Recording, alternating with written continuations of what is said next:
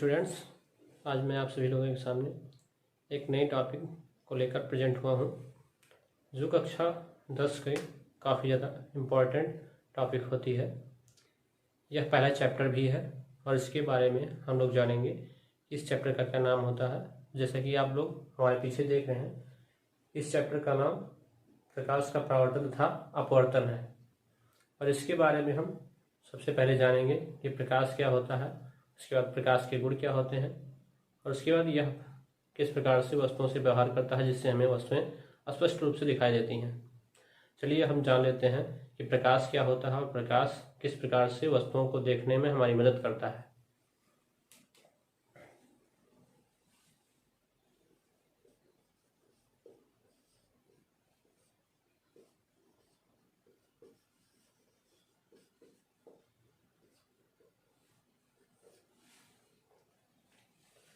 प्रकाश एक प्रकार की ऊर्जा होती है जो हमारे आंखों को संवेदना उत्पन्न करती है जिससे हमें वस्तुएं स्पष्ट रूप से दिखाई देती हैं।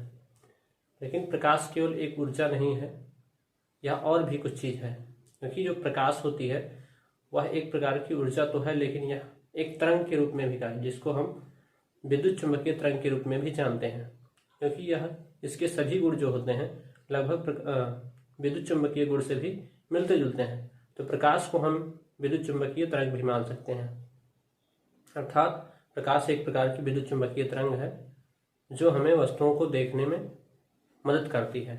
चलिए हम जान लेते हैं कि प्रकाश क्या होता है। प्रकाश एक प्रकार की ऊर्जा है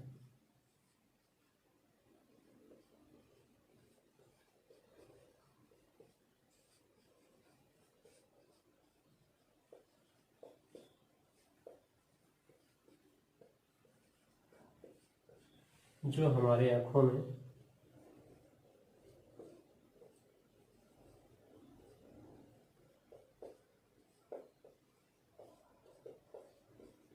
संवेदना उत्पन्न करती है।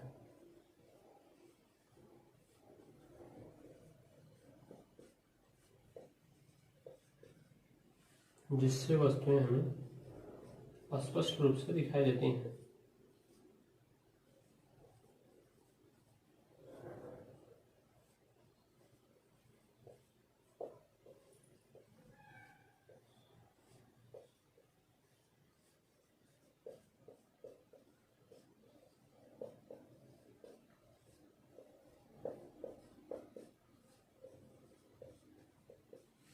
यह तो इसकी परिभाषा होगी कि प्रकाश एक प्रकार की ऊर्जा है और ये हमारे आंखों में संवेदना उत्पन्न करती है जिससे हमें वस्तुएं स्पष्ट रूप से दिखाई देती हैं।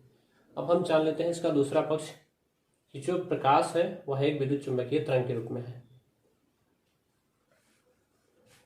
तो आप लोग प्रकाश एक प्रकार की ऊर्जा है, इसकी परिभाषा को आप लोग जान चुके होंगे। चलिए हम इसको मिटा देते हैं और उसके बाद इसके हम विद्युत चुंबकीय गुण के बारे में भी जानते हैं।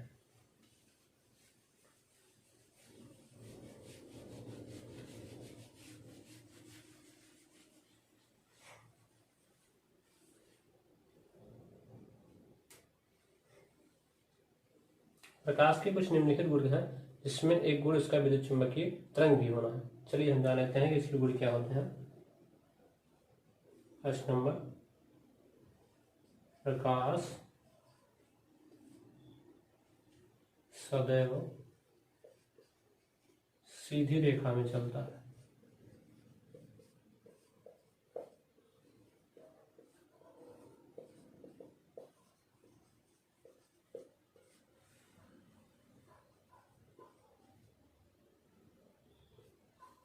नंबर 2, प्रकाश एक विद्युत चुंबकीय तरंग है।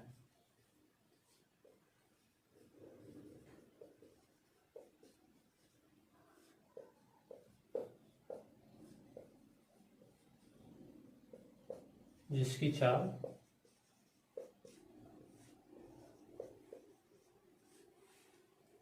लगभग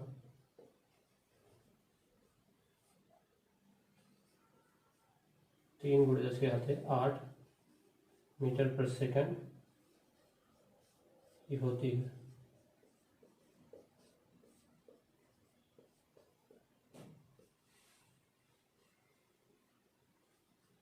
नंबर 3, प्रकाश में परावर्तन,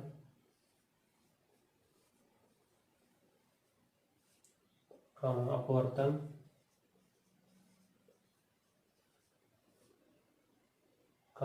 विवर्तन,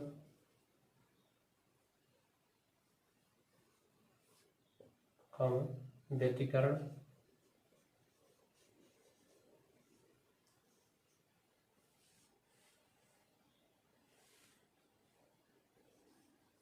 तथा ध्रुवण।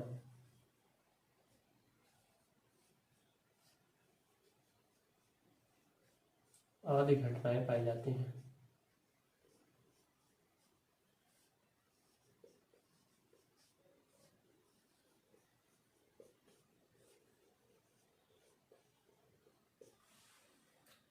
आइए हम लोग जान लेते हैं एक एक करके इसके गुणों के बारे में।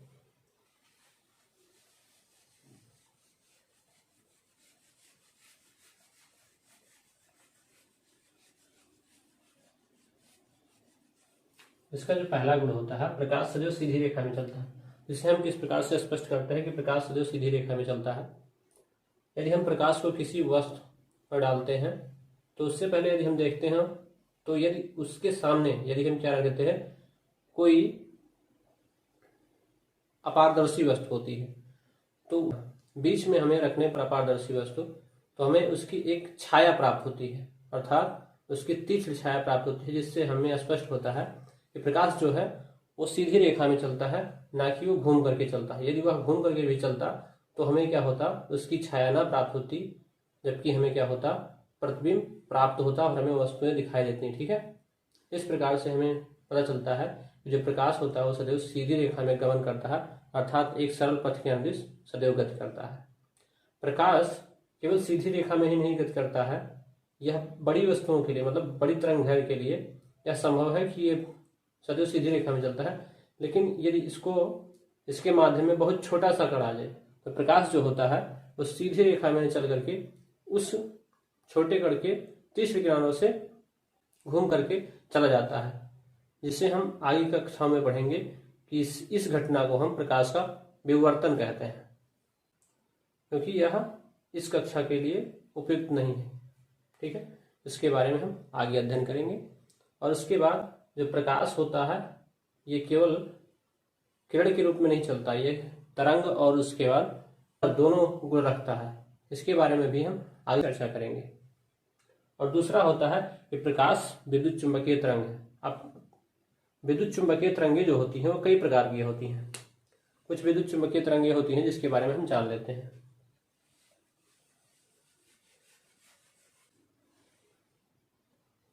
प्रकाश विद्युत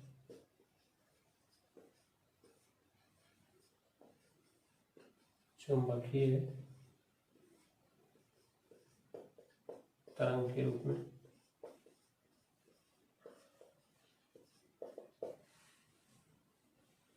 तो विद्युत चुंबकीय तरंगें जो होती हैं वो मुख्य रूप से भी 7 प्रकार की खोजी गई हैं, जिसको हम निम्न प्रकार से जानते हैं। आइए देख लेते हैं कि ये तरंगें किस प्रकार से होती हैं।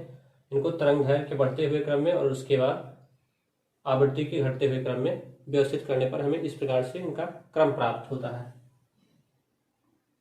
गामा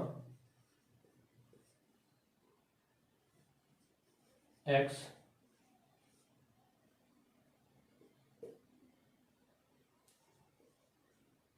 पराबैंगनी,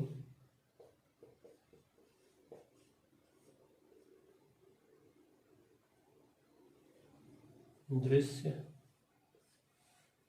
जो स्पेक्ट्रम के रूप में है, इसे विद्युत चुंबकीय तरंगों का स्पेक्ट्रम भी कहा जाता है। औरक्त, उसके बाद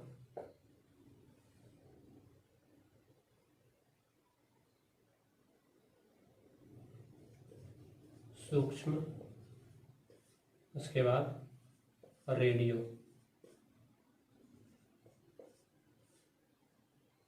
इतने प्रकार का जो होता है विद्युत चुंबकीय तरंगों में स्पेक्ट्रम पाया जाता है, जिसे हम इस प्रकार से जानते हैं। गामा एक्स, पराबैंगनी, दृश्य, अवरक्त और उसके बाद सूक्ष्म नेत्रतरंगी। इस प्रकार से जो विद्युत चुम्बकीय तरंगे हैं ये तरंग दैर्घ्य के बढ़ते हुए क्रम में रखी गई हैं। ठीक है, यानी गामा किरण की जो होती है तरंग दैर्घ्य वो सबसे कम, उसके बाद उससे बड़ी एक्स की, और उसके बाद इसके आगे जो अन्य है उनकी इससे बड़ी होते हुए जाती है। जबकि जो आवृत्ति होती है गामा तरंग की बड़ी होती है, जबकि अन्य जो है वो क्रम वाइज क्या होती है, छोटी होती जाती है। ठीक है, इस प्रकार से जो गामा किरण है यानी कि गामा तरंग है, ठीक है, वो सबसे पहले पाई जाती है। और उसके बाद इन सभी किरणों को हम जो होता है, इन सभी तरंगों को हम नहीं देख पाते हैं, केवल हमें जो दिखाई पड़ता है केवल इसी स्पेक्ट्रम के बारे में हम जान पाते हैं। दृश्य जो दिखाई देता है यानी विजुअल होता है, विजुअल स्पेक्ट्रम, दृश्य स्पेक्ट्रम भी कहते हैं इसको। ठीक है, अब यह जो होता है इसकी तरंग दैर्घ्य जो होती है 3800 एंगस्ट्रॉम से लेकर के 7600 एंगस्ट्रॉम तक होती है।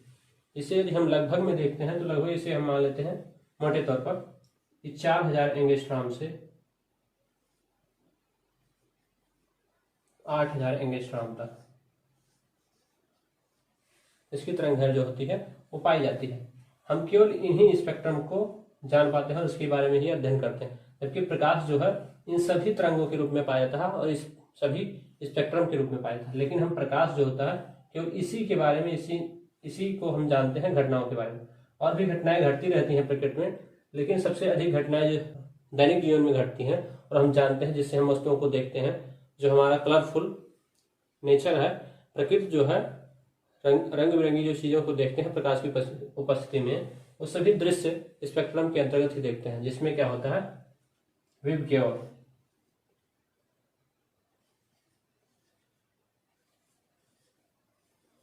इसमें क्या होता है, इसमें हम सभी रंगीन चीजों को अगर देखते हैं क्या होता है VIGOR,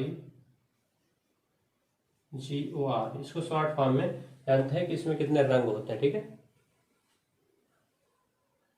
चलिए इसको देख लेते हैं। V फॉर वायलेट, इसके बाद I for Indigo,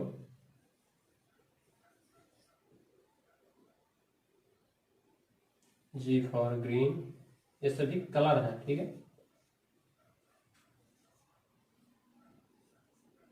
Y for yellow, O for orange,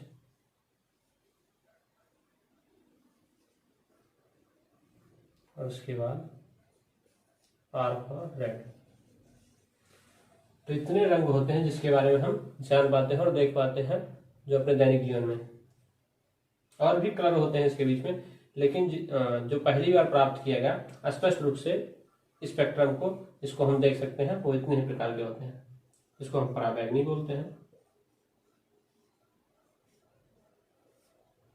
इसको हम बोलते हैं जामुनी या आसमानी, इसको हम हरा बोलते हैं रंग, और इसको हम पीला बोलते हैं, और इसको हम बोलते हैं नारंगी, और इसको लाल।